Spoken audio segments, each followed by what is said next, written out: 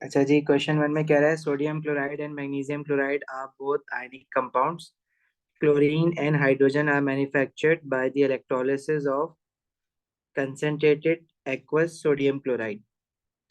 अच्छा, concentrated electrolyte में अगर क्लोराइड आइन एक्वस है तो देखो हमारे पास H पॉजिटिव आइन भी होगा और हाइड्रोक्साइड आइन भी होगा. और मैग्नीशियम, अब क्लोरीन, अगर क्लोराइड आइन है इलेक्ट्रोलाइट में और हाइड्रोक्साइड भी है, और अगर इलेक्ट्रोलाइट कंसंट्रेटेड है तो हमें पता है कि क्लोराइड आइन ऑक्सीडाइज्ड होता है, हाइड्रोक्साइड नहीं होता. तो ये बात ध्यान में रखनी है बस इस क्वेश्चन में. तो वे कह रहे हैं chlorine is release at the positive electrode anode की बात कर रहे हैं. And hydrogen is release at the negative electrode मतलब कैथोड की बात कर रहे हैं. तो why are hydrogen ions and not sodium ions discharge at the negative electrode.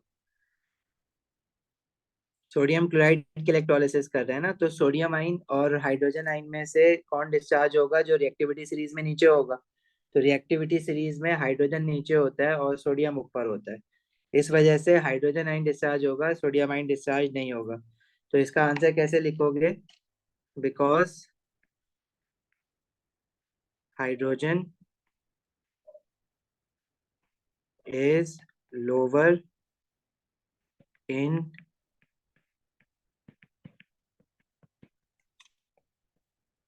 reactivity series than sodium.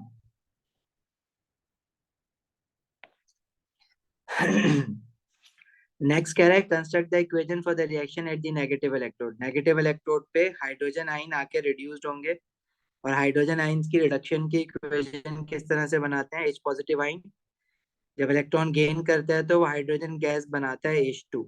तो ये 2 mole of H positive ion होगा लेफ्ट हैंड साइड पे, and they will gain 2 mole of electron to form hydrogen gas. Next part में कह रहा है describe a test for chlorine. Chlorine gas की बात कर रहा है, और क्लोरीन गैस का टेस्ट फॉर आइंस के टेबल में लिखा हुआ होता है कि क्लोरीन गैस जो है ना वो लिटमस पेपर को ब्लीच कर देता है. तो इट क्लोरीन गैस का टेस्ट और उसका रिजल्ट. तो टेस्ट क्या है? यूज डैम्प लिटमस पेपर चाहे रेड कलर का हो चाहे ब्लू कलर का हो, दोनों को वो ब्लीच कर देता है. क्योंकि क्लोरीन एसिडिक या अल्कलाइन नहीं है, बस वो लिटमस पेपर का कलर उड़ा देती है. यूज डैम्प litmus paper.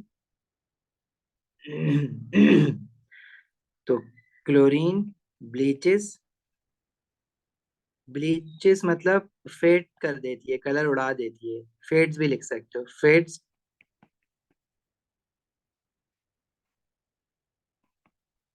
Litmus paper. Part ई में कह रहा है give the formula of the 4 ions present in aqueous sodium chloride. देखो सोडियम क्लोराइड है तो Na पॉजिटिव आइन भी होगा, क्लोराइड आइन भी होगा. और एक्वस है तो एक्वस की वजह से, पानी की वजह से, we always have H positive ion and OH negative ion. तो these are the 4 ions present in aqueous sodium chloride.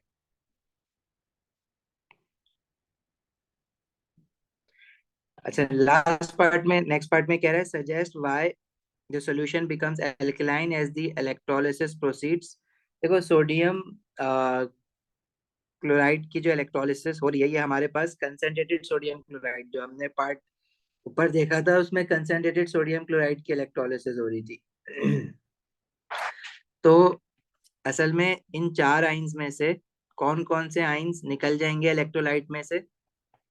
एक तो देखो कैथोड पे नेगेटिव इलेक्ट्रोड पे H पॉजिटिव आइन निकल के खत्म हो रहा है, और एनोड पे क्योंकि ये कंसंट्रेटेड इलेक्ट्रोलाइट है तो हाइड्रोक्साइड आयन ऑक्सीडाइज नहीं हो रहा बल्कि क्लोराइड आयन ऑक्सीडाइज हो रहा है.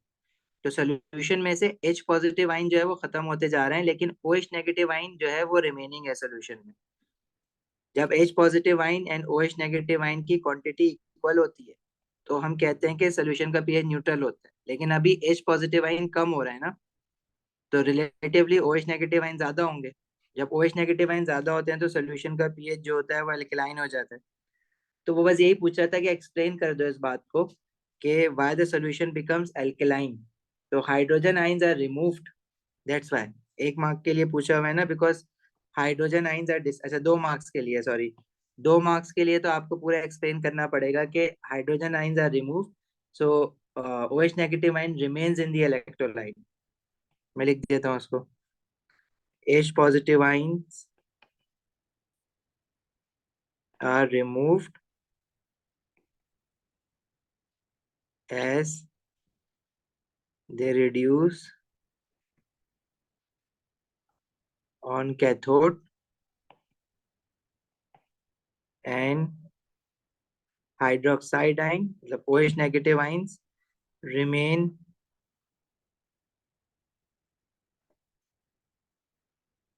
in the solution. इस वजह से सोल्यूशन जो है वो अल्कलाइन हो रहा है। अगर OH नेगेटिव आइन निकल रहा हो सोल्यूशन से और H पॉजिटिव आइन नहीं निकल रहा हो तो वो एसिडिक हो जाएगा, और अगर दोनों निकल रहे हैं तो पीएच जो है वो सेम रहेगा। क्लियर है यहाँ तक? कोई सवाल है किसी का? आगे बढ़े। ठीक है सर। ओके, नेक्स्ट क्वेश्चन में कह रहा है sodium oxide is an ionic compound when molten sodium oxide is electrolysed sodium and oxygen are formed, construct the equation for the two electrodes reactions. देखो सोडियम ऑक्साइड मोल्टेन फॉर्म में, sodium oxide में दो तरह के ions होंगे, Na positive ion and O2 negative ion. Oxide है ना, तो O2 नेगेटिव आइन होगा। नेगेटिव इलेक्ट्रोड मतलब कैथोड पे कौन सा आइन जाएगा? पॉजिटिव। अब पॉजिटिव आइन एक ही है, सोडियम आइन है, क्योंकि मोल्टेन है ना, एक्वस नहीं है। और पॉजिटिव इलेक्ट्रोड मतलब एनोड पे कौन सा आइन जाएगा? O2 नेगेटिव आइन। एनोड पे ऑक्सीडेशन होगी, लॉस ऑफ इलेक्ट्रॉन्स, और कैथोड पे रिडक्शन होगी। अब सोडियम आइन जो है वो +1 है, तो it will gain 1 electron to form sodium metal, sodium atom बना लेगा Na। और जो ऑक्साइड आइन है वो लूज करेगा इलेक्ट्रॉन, तो ऑक्साइड आइन जब इलेक्ट्रॉन लूज करता है तो वो ऑक्सीजन बनाता है। अब ऑक्सीजन एटम अकेला तो नहीं रहता, it stays in diatomic form O2। अब बैलेंस करने के लिए लेफ्ट हैंड साइड पे ऑक्साइड के साथ 2 लगाना पड़ेगा, क्योंकि राइट हैंड साइड पे we have 2 oxygen and one oxide ion is losing 2 electrons, so 2 oxide ion will altogether lose 4 electrons। तो ऑक्साइड की ऑक्सीडेशन की इक्वेशन ये होती है। देखो ऑक्साइड है, अब ज्यादातर कॉमन मिस्टेक इसमें क्या है कि सब हाइड्रोक्साइड की इक्वेशन बना देते हैं इसमें। हाइड्रोक्साइड होता है एक्वस इलेक्ट्रोलाइट में, ये मोल्टेन इलेक्ट्रोलाइट है। तो यहाँ पे ज्यादातर स्टूडेंट जो है ना वो हाइड्रोक्साइड की इक्वेशन बना देते हैं, जो कि हमें याद करनी होती है। तो सर वो ये आपने यहाँ 4 पे इलेक्ट्रॉन्स क्यों लगाया है? सर दोबारा बता सकते देखो O2 नेगेटिव है ना, जब उसने 2 इलेक्ट्रॉन एक्सेस गेन करे हुए हैं, जब वो लूज करेगा तो 2 इलेक्ट्रॉन लूज करेगा ना। अब ऐसे 2 ऑक्साइड आइन है, हैं? सही तो सही सही। टोटल 4 हो जाएंगे। सही है सही है, याद आया। सही है, आगे बढ़े। जी जी। अच्छा जी, अच्छा इस क्वेश्चन में ये पार्ट जो है ना, आधा पार्ट मेटल्स का है, लेकिन जो पार्ट डी है ना, इसमें बस इसमें 2 इक्वेशंस गिवन है। और क्या कह रहे हो?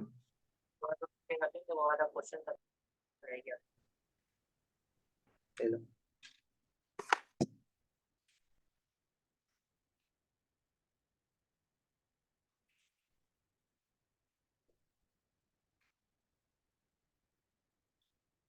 डन।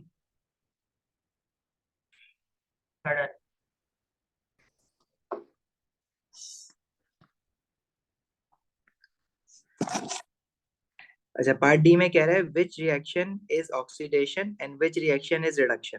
तो ये तो बड़ा सिंपल स्ट्रेट फॉरवर्ड है कि जहाँ पे इलेक्ट्रॉन्स राइट हैंड साइड है, मतलब वो लॉस ऑफ इलेक्ट्रॉन है।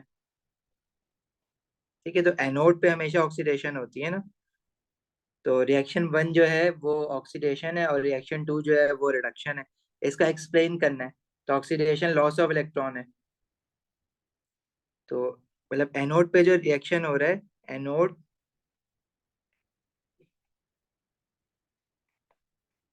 Reaction is oxidation as there is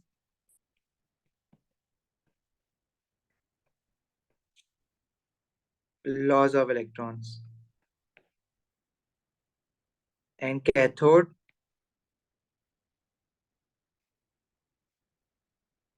cathode पे क्या हो रही है, गेन ऑफ इलेक्ट्रॉन हो रही है। Cathode reaction is reduction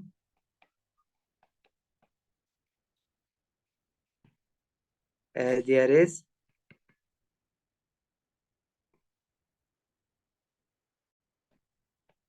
gain of electrons.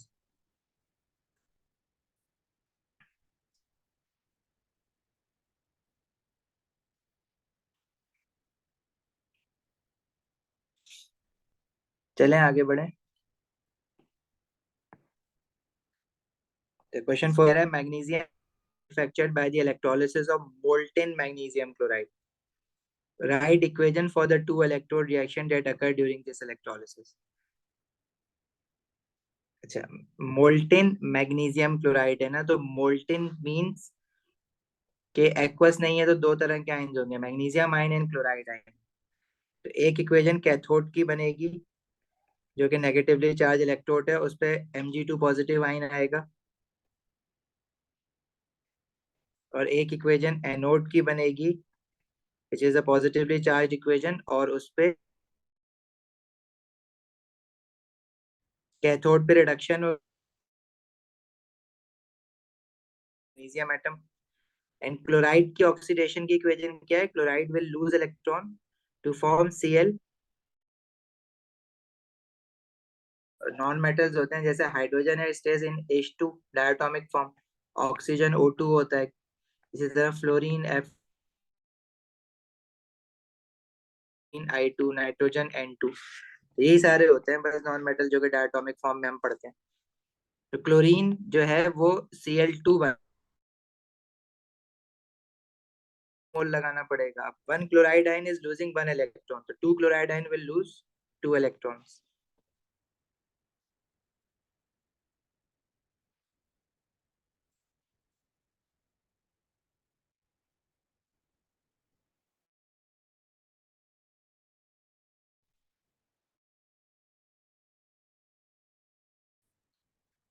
Part B में कह रहा है कॉपर कैन बी प्योरिफाइड, इसका केस है।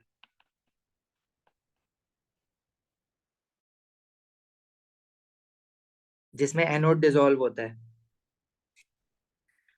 अच्छा, मतलब अगर और एक्टिव इलेक्ट्रोलिसिस में प्योरिफिकेशन ऑफ मेटल्स में हमें जो चीजें याद रखनी होती हैं वो क्या है, कि जिस इम्प्योर मेटल जो होता है उसकी हम उसको एनोड पे लगाते हैं।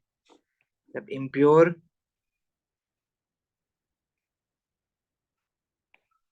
मेटल एनोड पे होता है प्योरिफिकेशन ऑफ मेटल्स में, और जो प्योर मेटल होता है वो कैथोड बनाते हैं, उसको नेगेटिवली चार्ज इलेक्ट्रोड बनाते हैं प्योर मेटल की, और इम्प्योर मेटल की पॉजिटिवली चार्ज इलेक्ट्रोड बनाते हैं। और इलेक्ट्रोलाइट में कौन सा आयन होना चाहिए, कॉपर की प्योरिफिकेशन कर रहे हैं ना, तो इलेक्ट्रोलाइट ऐसा लेंगे जिसमें कॉपर 2 पॉजिटिव आयन हो। तो कोई भी सॉल, अब इन्होंने कॉपर 2 सल्फेट लिया हुआ है, तो इसमें कॉपर के आयन्स हैं। एनोड जो होगी वो इम्प्योर मेटल की होगी, और जो कैथोड जो होगी वो प्योर कॉपर की होगी।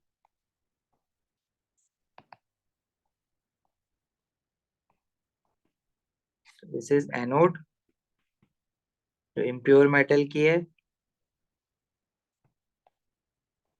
और नेगेटिवली चार्ज इलेक्ट्रोड कैथोड हमारी प्योर कॉपर की होगी।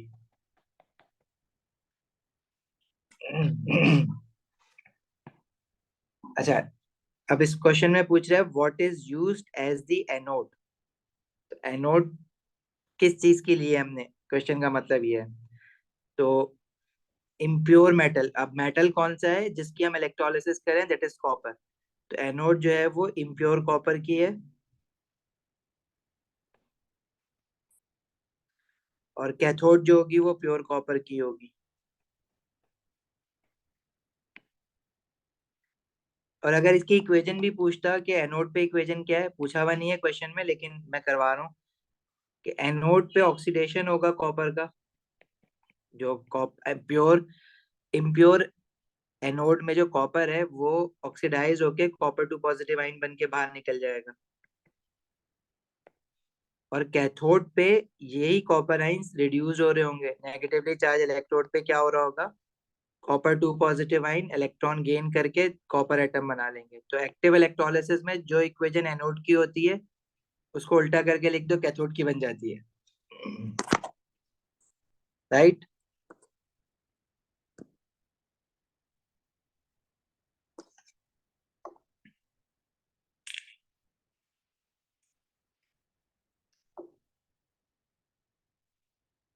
आगे बढ़े।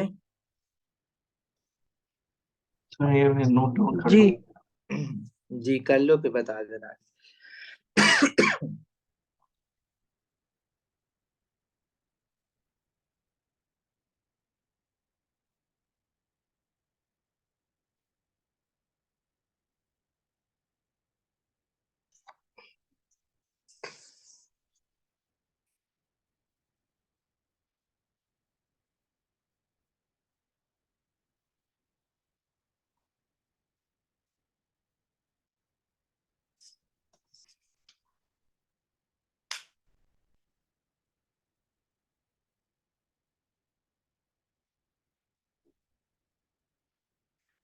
लिख लिया सर। Okay, question 5।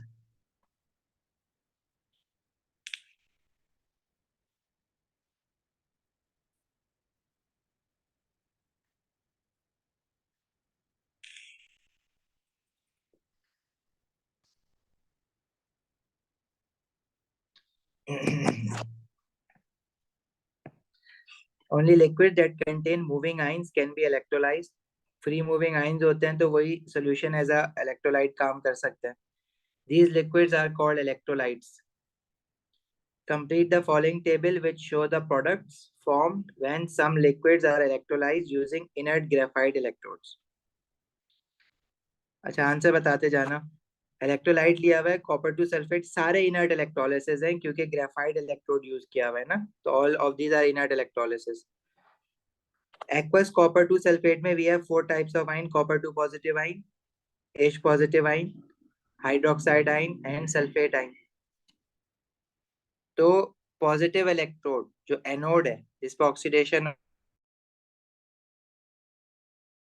आइन जाएगा, नेगेटिव आइन जाएगा पॉजिटिव इलेक्ट्रोड पे। दो तरह के नेगेटिव आइंस हैं इसमें, हाइड्रोक्साइड आइन है और सल्फेट आइन है। अब हमने ये देखा था सल्फेट आइन जो होते हैं वो कभी भी हाइड्रोक्साइड डिस्चार्ज, आयंस। हाइड्रोक्साइड आइन जाएगा। ठीक है, some naughty children of bromine and iodine वाला जो था। तो सल्फेट आइन आर नेवर डिस्चार्ज। तो बचा क्या, क्लोराइड, हाइड्रोक्साइड, ब्रोमाइड, आयोडाइड। अब इसमें सल्फेट और हाइड्रोक्साइड है तो हाइड्रोक्साइड आइन जाएगा पॉजिटिव इलेक्ट्रोड पे। हमें प्रोडक्ट बताना है, हाइड्रोक्साइड आइन जब पॉजिटिव इलेक्ट्रोड पे जाएगा तो ऑक्सीडाइज्ड होगा, और हाइड्रोक्साइड आइन जब ऑक्सीडाइज होता है तो इसकी इक्वेशन हमने याद कर रखनी है। 4 mole of hydroxide ion oxidises to form 2 mole of water, 1 mole of oxygen and 4 electrons. तो यहाँ पे जो प्रोडक्ट मिलेगा वो गैस मिलेगी, ऑक्सीजन गैस। ठीक है, जो हमें ऑब्जर्वेशन में दिखेगी। तो product form eight the positive electrode is oxygen gas. तो ऑब्जर्वेशन भी बता सकें, नीचे भी देखो इसने गैसेस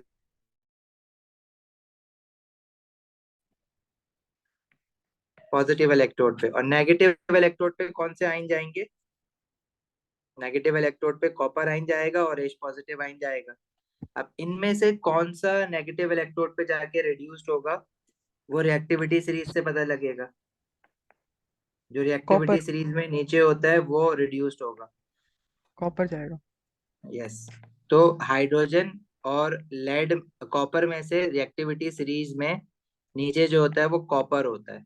तो हमारे पास कॉपर आइन रिड्यूस्ड होंगे। तो कॉपर आइन जब रिड्यूस्ड होंगे तो इक्वेशन क्या बनेगी, कॉपर टू पॉजिटिव आइन इलेक्ट्रॉन गेन करके कॉपर मेटल बना लेगा ना, Cu। यहाँ पे आप क्या लिखोगे, नेगेटिव इलेक्ट्रोड पे copper.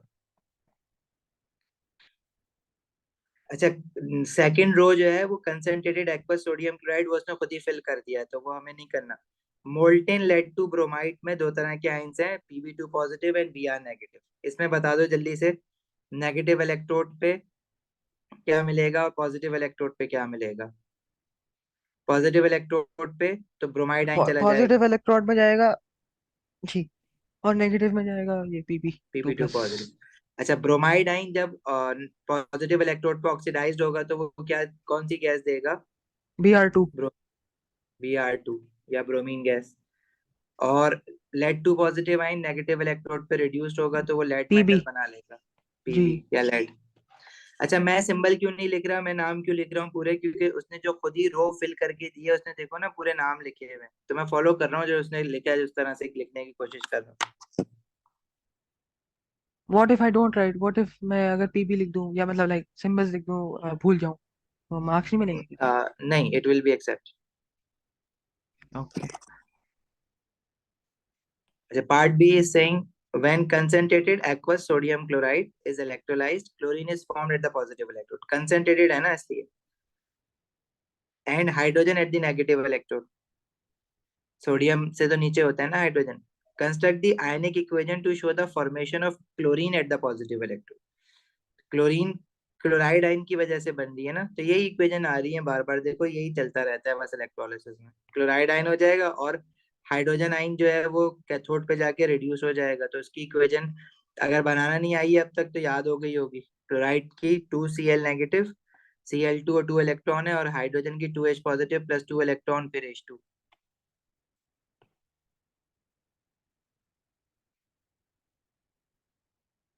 Then No, it says in the second part, it says why hydrogen is formed at the negative electrode rather than sodium. It does not ask for the equation. Oh okay sorry, तो why hydrogen is found? Because it is Because it is lower in the reactivity series. lower in the reactivity series than sodium, same answer जो हमने ऊपर किया था। Hydrogen is less active than sodium और hydrogen is lower in the reactivity series than sodium, तो हम ये लिखेंगे यहाँ पे।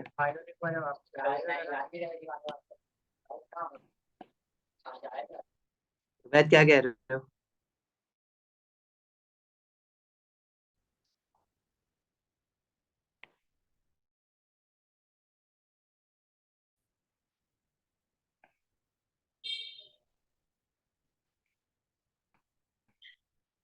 हाइड्रोजन क्यों डिस्चार्ज हो रहा है? क्योंकि हाइड्रोजन सोडियम से नीचे है ना रिएक्टिविटी सीरीज में, इस वजह से hydrogen is lower in reactivity series than sodium. अच्छा, name a metal manufactured by the electrolysis of molten ionic compound. देखो, कुछ मेटल्स जो मोर रिएक्टिव मेटल्स होते हैं उनको हम इलेक्ट्रोलिसिस से एक्सट्रैक्ट करवाते हैं, और बाकियों को रिड्यूसिंग एजेंट से करवाते हैं जो लेस रिएक्टिव होते हैं। जैसे हमारे पास ये जो रिएक्टिविटी सीरीज है, इसमें से कौन से मेटल्स ऐसे हैं जिनको हम इलेक्ट्रोलिसिस से एक्सट्रैक्ट करवाते हैं, क्योंकि वो बहुत ज्यादा रिएक्टिव होते हैं और उनपे कोई रिड्यूसिंग एजेंट उनको रिड्यूस करवा नहीं पाता। तो एल्यूमिनियम तक जितने भी हमारे पास मेटल्स हैं, they are all extracted by reducing with electrolysis, यहाँ तक। तो इनमें से आप कोई भी लिख सकते हो। बाकी जो है वो इलेक्ट्रोलिसिस से तो हो जाएंगे रिड्यूस, लेकिन वो लेस एक्टिव होते हैं तो रिड्यूसिंग एजेंट से भी हो जाते हैं। हमने वैसे डिटेल में एल्यूमिनियम की एक्सट्रैक्शन पढ़ी हुई है, एक्सट्रैक्शन ऑफ एल्यूमिनियम पढ़ा हुआ है ना बाय इलेक्ट्रोलिसिस, तो एल्यूमिनियम लिख दो। Otherwise you can also right potassium, sodium, calcium और मैग्नीशियम।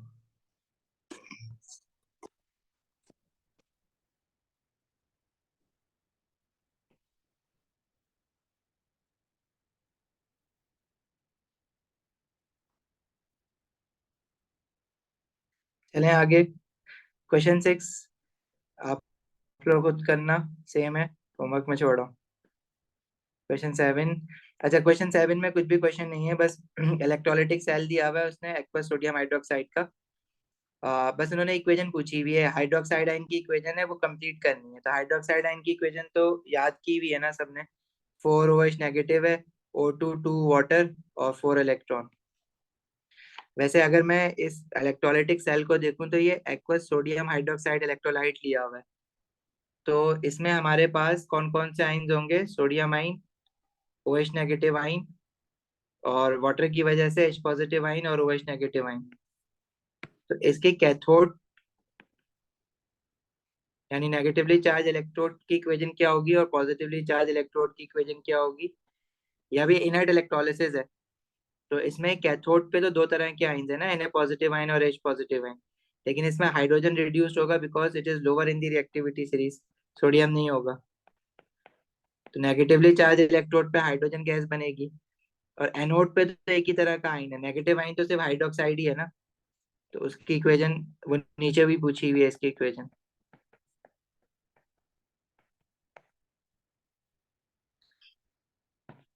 इसमें एक चीज नोटिस करो कि जो नेगेटिव इलेक्ट्रोड है उस पे हाइड्रोजन गैस जो कलेक्ट हुई है ऊपर, उसका वॉल्यूम जो है वो ज्यादा है, और ऑक्सीजन गैस जो एनोड के ऊपर कलेक्ट हुई है उसका वॉल्यूम कम है। क्योंकि जब इनके हम कंप्लीट सेल इक्वेशन बनाते हैं तो हाइड्रोजन की इक्वेशन को मल्टीप्लाई बाय 2 करना पड़ेगा, जिसकी वजह से हाइड्रोजन गैस के मोल्स जो हो जाएंगे वो 2 हो जाएंगे, और ऑक्सीजन गैस के मोल्स 1 है।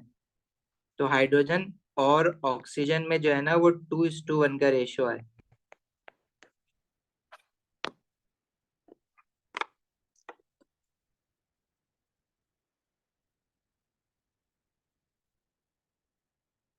यस अली, ऐसा ही है। जो नीचे होगा उसका ease of discharge down the series increase होता है, मतलब जी जी जी हाइड्रोजन मैं ओके। जी मैं बता मैं उसको बता रहा था वेद को, वो पूछ रहा अच्छा था ओके सर। ओके।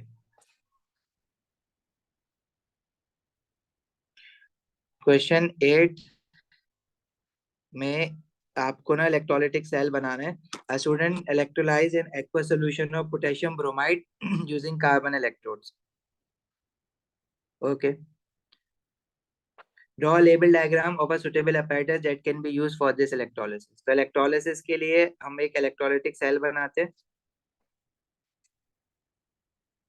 और इसमें जो हम इलेक्ट्रोलाइट लेंगे उसमें क्या है, potassium bromide. Potassium bromide KBr होता है, पोटेशियम +1 ब्रोमाइड -1।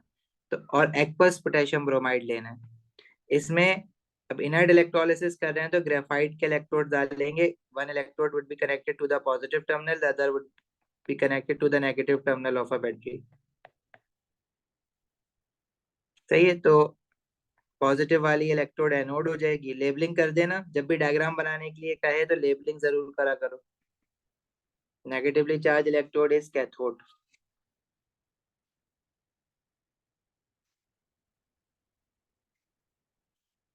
सही है बस। अच्छा, फिर कह रहे थे ion present in aqueous solution of potassium bromide are H positive ion, OH negative ion, potassium ion and bromide ion. Describe what would you observe in the region of the anode during the electrolysis। अब anode जो कि positively charge electrode है उस पे क्या होगा, जरा anode देखो। इसकी अगर मैं हवा नहीं है, मतलब इन पता होगा तो ही तो आप ऑब्जर्वेशन बता।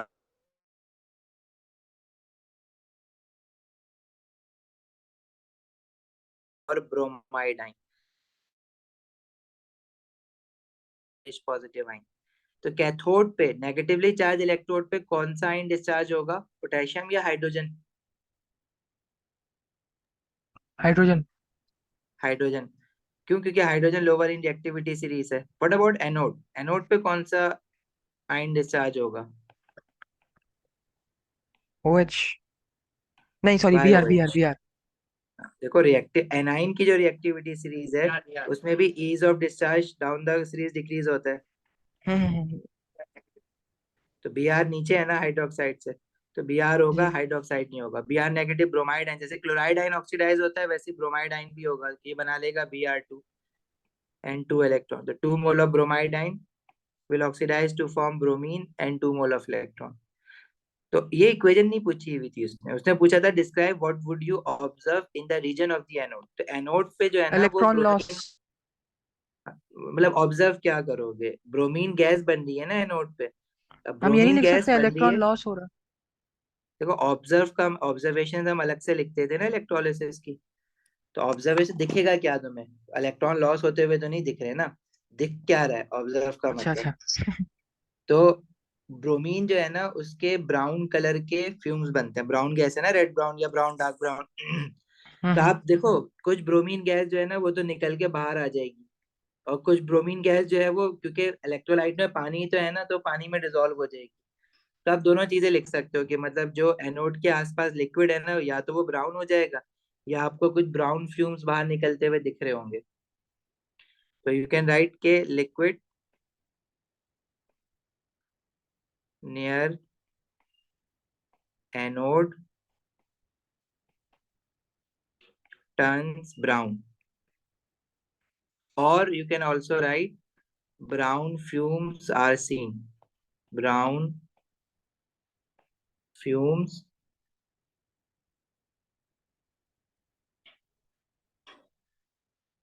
of gas are seen. ठीक है।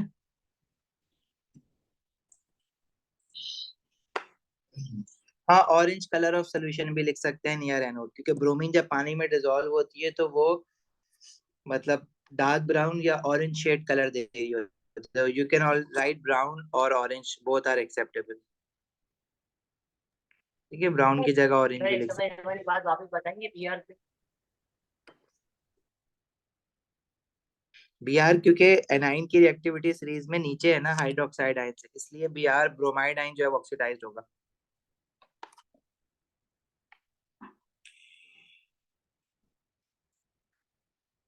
सही हो बैद, आगे बढ़े।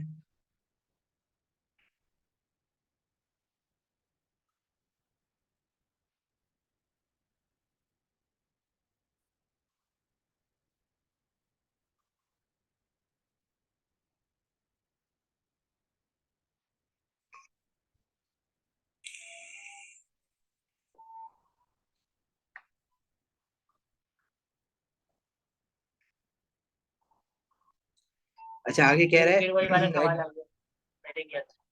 हाँ, ये वही, अब ये रिपीट होते रहेंगे क्वेश्चन ना, यही बार बार यही चीजें पूछता है, कुछ नया मिलेगा नहीं आपको, बस एक दो वैरायटी एक और है बहुत वो मैं करवा इम्पोर्टेंट दूंगा। सवाल था। ये जो सवाल हम कर रहे हैं, मतलब इस तरह से जो सवाल हमने किए वो ऐसा हो सकता है कि पेपर में रिपीट हो जाए। बिल्कुल होते हैं। आधे से ज्यादा 70-80, अगर पास पेपर सारे करके जाओगे तो 80% तो रिपीटेड ही मिलेगा।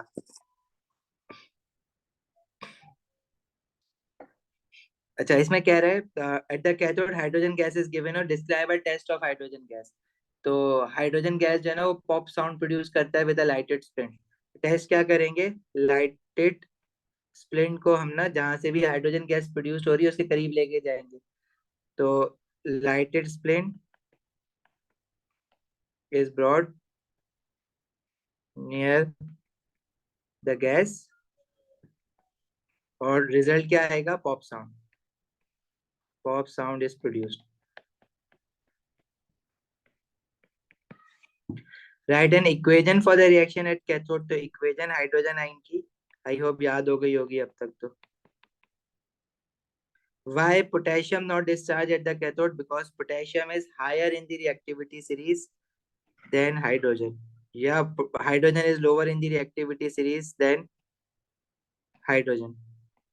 Potassium is higher in reactivity series than hydrogen, or in other words, you can also write hydrogen is lower in the reactivity series than potassium.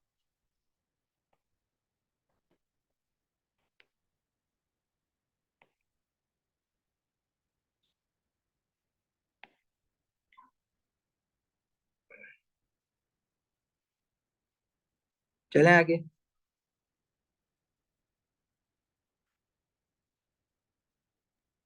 चलिए sir.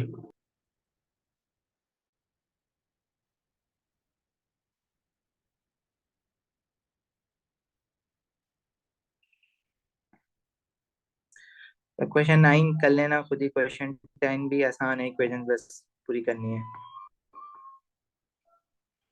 11 again you guys can do 11 12। अब जो छोड़ है ना वो homework में करोगे।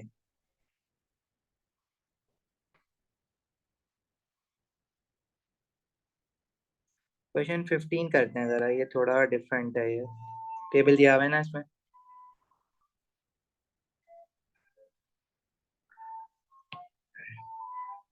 Question 15 में कह रहा है aqueous silver nitrate can be electrolyzed using inert electrodes.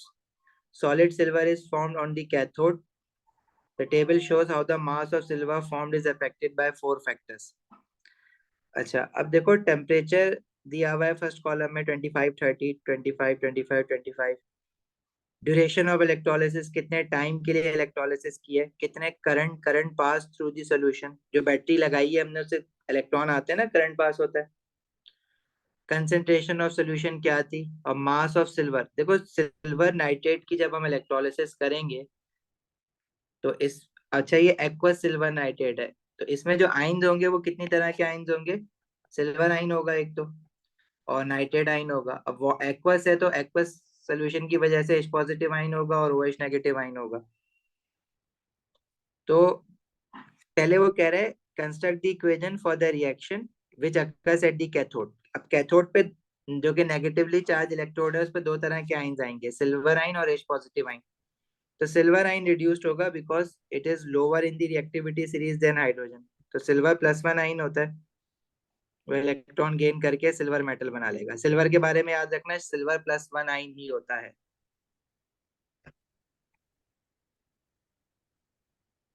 Then he is asking, explain why this reaction is reduction, because silver ions are It, gaining electron. yes. So silver ions, sir ये charges तो हम जैसे अभी आपने Ag+1 लिखा है, ये charges तो हम पीरियोडिक टेबल से भी देख सकते सिल्वर का नहीं देख सकते ना। आप ग्रुप 1 के मेटल का देख सकते हो, ग्रुप 2 के, ग्रुप 3 हैं। ये के। अब ट्रांजिशन क्या है? सिल्वर तो, जी अब सिल्वर तो ट्रांजिशन है ना, तो अच्छा। ट्रांजिशन मेटल का तो वो बता, सिल्वर और जिंक का कभी भी नहीं बताता। सिल्वर और जिंक का याद रखना पड़ता है, सिल्वर का +1 रहता है और जिंक का क्या रहता है हमेशा 2+। 2+। इसलिए मैंने उस पर एफ फोकस किया +1। Fe में तो, आयरन में तो दिया हुआ। आयरन में, बाकी सब में दिया हुआ होगा, सिल्वर और जिंक का कभी भी नहीं बताएगा वो। इसी तरह ग्रुप 4 में जो लेड और टिन है उनका भी बताएगा।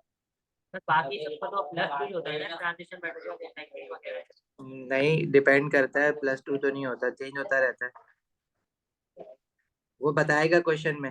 जैसे आयरन, आयरन को जो है ना, वो आयरन 2 नाइट्रेट लिख देगा या आयरन 3 नाइट्रेट लिख देगा। आयरन 2 नाइट्रेट हो तो मतलब Fe2 पॉजिटिव है, 3 नाइट्रेट हो तो Fe3 पॉजिटिव है।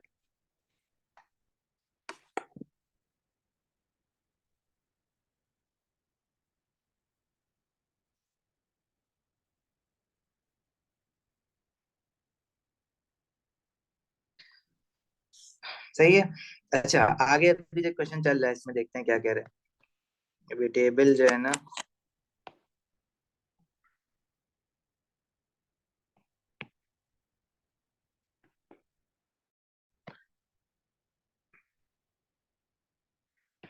अच्छा इसमें कह रहा है state how each of the following factors affect the mass of silver formed at the cathode. तो mass of silver formed at the cathode किस तरह से चेंज हो रहा है, टेम्परेचर चेंज करने से मास ऑफ सिल्वर किस तरह से चेंज हो रहा है। उसके लिए आप देखोगे कि भाई जिस एक्सपेरिमेंट में हमने टेम्परेचर चेंज किया तो सिल्वर का मास इंक्रीज हुआ है या डिक्रीज हुआ है, तो बताओगे देख के क्या होना चाहिए। It remains constant I believe. देखो अगर मैं कॉल रो 1 से रो 2 को देखूं तो 25 से 30 डिग्री सेल्सियस हुआ है ना टेम्परेचर, तो या बट उसके बाद तो कांस्टेंट ही हाँ टेम्परेचर बढ़ा है लेकिन मास ऑफ सिल्वर डिपॉजिट उतना ही है, 0.108, मतलब टेम्परेचर चेंज। अच्छा अगर आप ऐसे दो रोज देखो जिसमें सिर्फ टेम्परेचर चेंज हुआ हो बाकी कुछ चेंज ना हुआ हो, मतलब ड्यूरेशन देखो सेम है, करंट भी सेम है, कंसेंट्रेशन भी सेम है, मास चेंज नहीं हुआ, तो मतलब टेम्परेचर बढ़ाने से कोई फर्क नहीं पड़ा मास ऑफ सिल्वर फॉर्म पे। तो temperature does not change the मास, कह रहे हैं ना। Explain how each of the following factors affect the mass of silver. तो टेम्परेचर चेंज करने से मास ऑफ सिल्वर पे कोई फर्क नहीं पड़ा। जवेरिया इंक्रीज क्यों कह रहे हो, टेम्परेचर हमने इंक्रीज किया है 25 से 30 डिग्री सेल्सियस। अगर मैं रो 1 से रो 2 में जो ऑब्जर्वेशन है ना, तो टेम्परेचर इंक्रीज करने से मास ऑफ सिल्वर पे कोई फर्क नहीं पड़ा, मतलब temperature does not change the mass.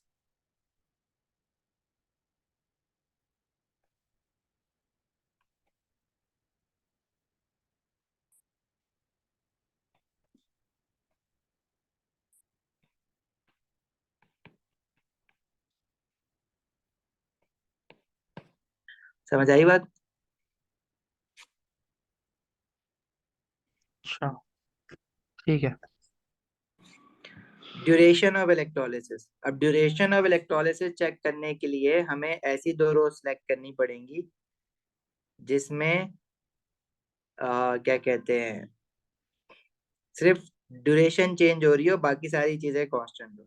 तो मैं कौन सर सी थ्री दो रो फोर सेलेक्ट कर, 3 और थ्री और 4? फोर 3 और 4 में टेम्परेचर दोनों में सेम है, करंट सेम है, कंसंट्रेशन सेम है, सिर्फ टाइम चेंज हुआ है, ड्यूरेशन मतलब टाइम इंक्रीज किया है, पहले 100 था फिर 200 है।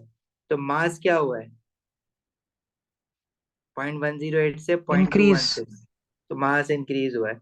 मतलब अगर आप ड्यूरेशन बढ़ाते हो इलेक्ट्रोलिसिस की तो mass of silver deposited increase हो जाएगा। ठीक है।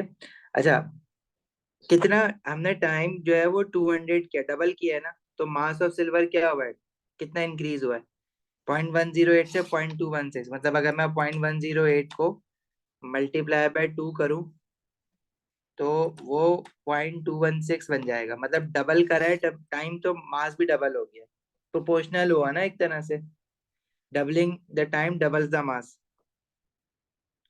तो increasing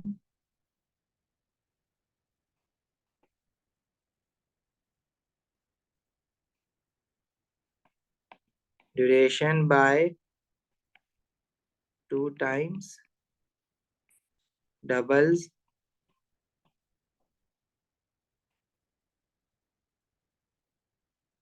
the mass of silver formed।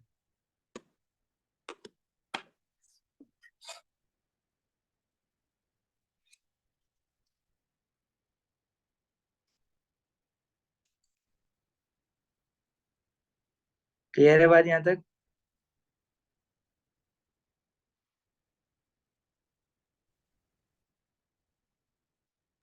Ji sir.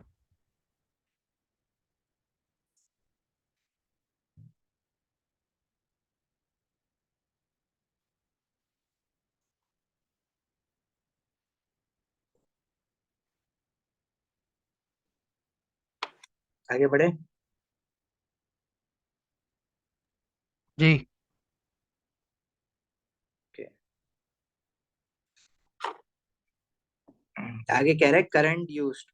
Current change करने से क्या फर्क पड़ेगा? अब उसके लिए कौन से दो मैं रोज सिलेक्ट करूं जिसमें सिर्फ करंट चेंज हो रहा हो, बाकी सारी चीजें कांस्टेंट हो? ऐसे ही कोई रो नहीं। कोई नहीं है। 4 और 5 भी नहीं हो सकती क्योंकि 4 में ड्यूरेशन ऑफ इलेक्ट्रोलाइसिस चेंज हो रहा है। अच्छा, तो चलो। हमें पता है ना वैसे भी कैथोड है वो, तो कैथोड तो डायरेक्टली प्रोपोर्शनल होगा करंट हाँ और देखो, मास। लेकिन अभी टेबल से देख के डिसाइड करना है ना। पार्ट के दो पार्ट पर मैं समझा रही हूँ डिस्कनेक्शन डिस्कनेक्शन। उबैद आपकी आवाज ना इको हो रहा है पीछे, या तो मैंने शायद किसी और डिवाइस से ना वो खोला हुआ है, मुझे जरा दोबारा से। पार्ट बी के जो आपने पार्ट करना है ना, डिस्कनेक्शन ऑफ इलेक्ट्रोलिसिस और टेम्परेचर समझ गए हैं, मेरा कनेक्शन हो गया।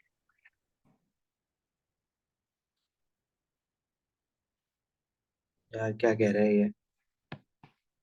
टेम्परेचर के बारे में पूछ रहे हैं, वो जो नीचे है ना, फर्स्ट वाला। करंट के बारे में ना? नहीं नहीं, टेम्परेचर। टेम्परेचर के बारे में? अच्छा, तुम क्या ड्रॉप हो गए थे कॉल से? मैं ये समझा दूं, खत्म कर दूं पार्ट पे दोबारा बता देता हूँ, अभी नीचे 2 पार्ट और हैं, इसी से समझ आ जाएगा बल्कि ये। देखो, करंट चेंज करने से हमारा मास ऑफ सिल्वर डिपॉजिट पे कोई फर्क पड़ेगा? तो उसके लिए मैं कह रहा हूँ कि ऐसे दो रोज या एक्सपेरिमेंट ढूंढो जिसमें सिर्फ करंट चेंज हुआ हो लेकिन टेम्परेचर और बाकी चीजें चेंज ना हुई हो। तो करंट जो है वो हमारा एक्सपेरिमेंट 4 और 5 में चेंज हुआ है, लेकिन प्रॉब्लम ये है कि उसमें तो टेम्परेचर चलो सेम है लेकिन कंसंट्रेशन और ड्यूरेशन दोनों चेंज हो रही है। तो फिर मैं ऐसे जो एक्सपेरिमेंट ढूंढता हूँ ना, 3 और 5 को अगर बल्कि 2 और 5 को देखो ना, तो 2 में टेम्परेचर चेंज है। तो फिर हम देखेंगे 1 और 5 को। देखो ये वाली दोनों रोज देखो ना, 1 देखो और 5 देखो। तो इसमें टेम्परेचर 25 है, ड्यूरेशन 100 और 100 है, कंसंट्रेशन 1 और 1 है। सिर्फ करंट की वैल्यू चेंज हुई है, 9.65 से 19.3 हुई है, मतलब बढ़ाई है ना, इंक्रीज की है, मतलब डबल की है करंट। 9.65 को मल्टीप्लाई बाय 2 करो, 19.3 बन जाएगा। तो मास ऑफ सिल्वर जो है वो डबल हो गया है। तो मतलब करंट बढ़ाने से मास ऑफ सिल्वर भी बढ़ता है, मतलब mass is proportional to current कह सकते हो, या doubling the mass, doubling the current doubles the mass of silver form.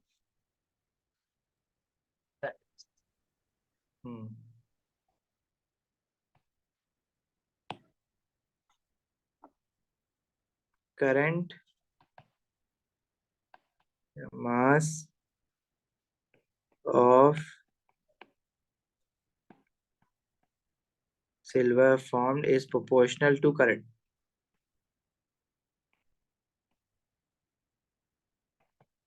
वैसे ये बातें ना अगर हमने तो याद की हुई थी ना, खैर, कि अगर आप टेम्परेचर का तो हमने इफेक्ट नहीं देखा था इलेक्ट्रोलिसिस पे, लेकिन करंट का इफेक्ट हमने देखा था कि करंट बढ़ाओगे तो मास ऑफ कैथोड जो है वो बढ़ जाएगा। ठीक है, चार्ज बढ़ाओगे तो मास ऑफ कैथोड जो है वो ज्यादा होगा डिपॉजिट उस पे। टाइम बढ़ाओगे, ज्यादा टाइम के लिए इलेक्ट्रोलिसिस करोगे तो ज्यादा देख के डिसाइड करना है। इसी तरह कंसंट्रेशन का भी हमने नहीं याद किया हुआ पहले से, कंसंट्रेशन का भी आपको इस टेबल से देख के बताना पड़ेगा। अब कोई ऐसी दो रोज ढूंढो जिसमें कंसंट्रेशन चेंज हो रही हो लेकिन बाकी सारी चीजें कांस्टेंट हो।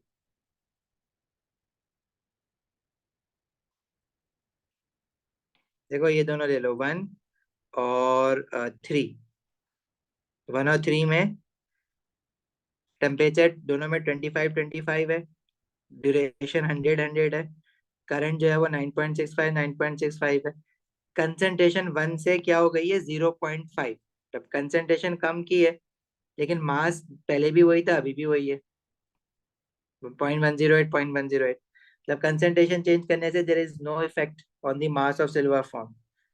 तो concentration does not change the mass, जैसे temperature does not change the mass था ना, इसी तरह concentration also does not change the mass.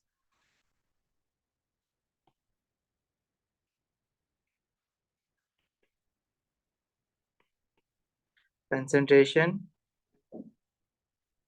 does not change the mass। सही है।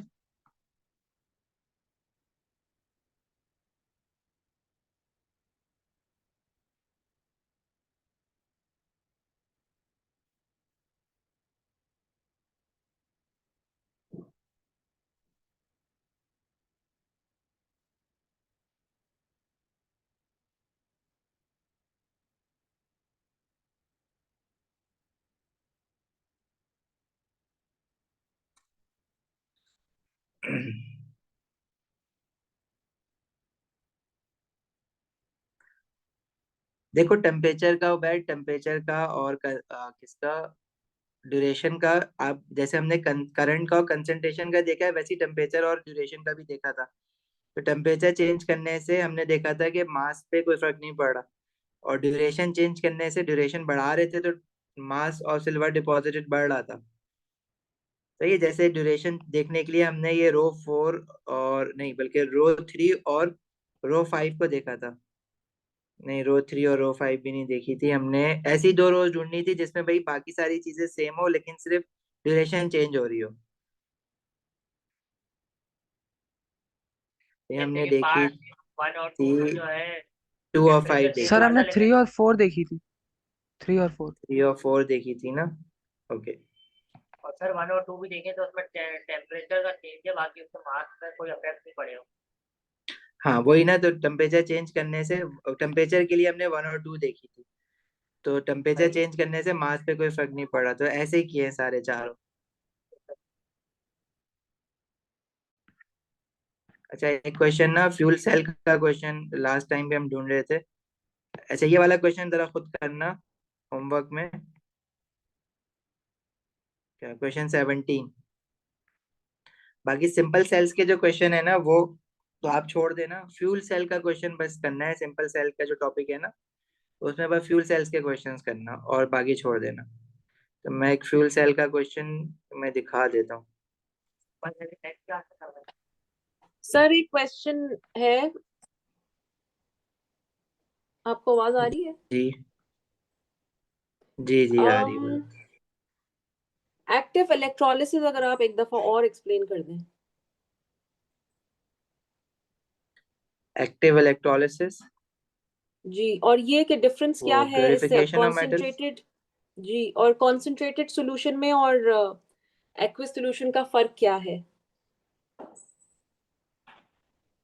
देखो अगर आपके पास सोल्यूशन में एक्वस लिखा हुआ है सिर्फ, तो वो एक्वस डाइल्यूट लिखा हुआ हो तो एक्वस लिखा हुआ है या एक्वस डाइल्यूट लिखा हुआ है तो एक ही बात है। मतलब अगर सिर्फ सोल्यूशन एक्वस लिखा हुआ है ना तो उसको आप डाइल्यूट ही मानोगे। लेकिन अगर सोल्यूशन में एक्वस कंसंट्रेटेड लिखा हुआ है तो फिर वो अलग सोल्यूशन है। मतलब इसमें सिर्फ इतना फर्क होगा कि अगर क्लोराइड और हाइड्रोक्साइड आयन एक साथ है सोल्यूशन में, और अगर सोल्यूशन के साथ कंसंट्रेटेड लिखा हुआ है तो फिर हाइड्रोक्साइड आयन डिस्चार्ज नहीं होगा बल्कि क्लोराइड आयन डिस्चार्ज होगा। और ठीक डाइल्यूट या सिर्फ एक्वस लिखा हुआ है तो हमेशा हाइड्रोक्साइड आयन डिस्चार्ज होगा, मतलब नीचे वाला डिस्चार्ज होगा। ठीक है। और और एक्टिव active- इलेक्ट्रोलिसिस तो फिर उसमें जिसमें एनोड डिसॉल्व होता है ना तो फिर आप नेक्स्ट क्लास के स्टार्ट में मुझे रिमाइंड करवाना, वो मैं आपको ठीक है, रिकॉल करवा दूंगा पूरा, क्योंकि वो तो अभी लंबी बात हो जाएगी। चलो ठीक है, thank you. Okay sir red positive ion कब स्टार्ट होता है?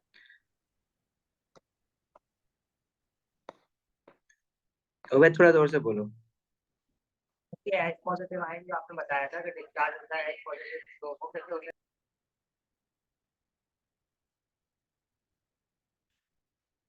एच पॉजिटिव आयन डिस्चार्ज होता है ना, मतलब जो अगर कोई आयन ऐसा है जो रिएक्टिविटी सीरीज में एच पॉजिटिव आयन से भी नीचे है तो फिर एच पॉजिटिव आयन डिस्चार्ज नहीं होगा।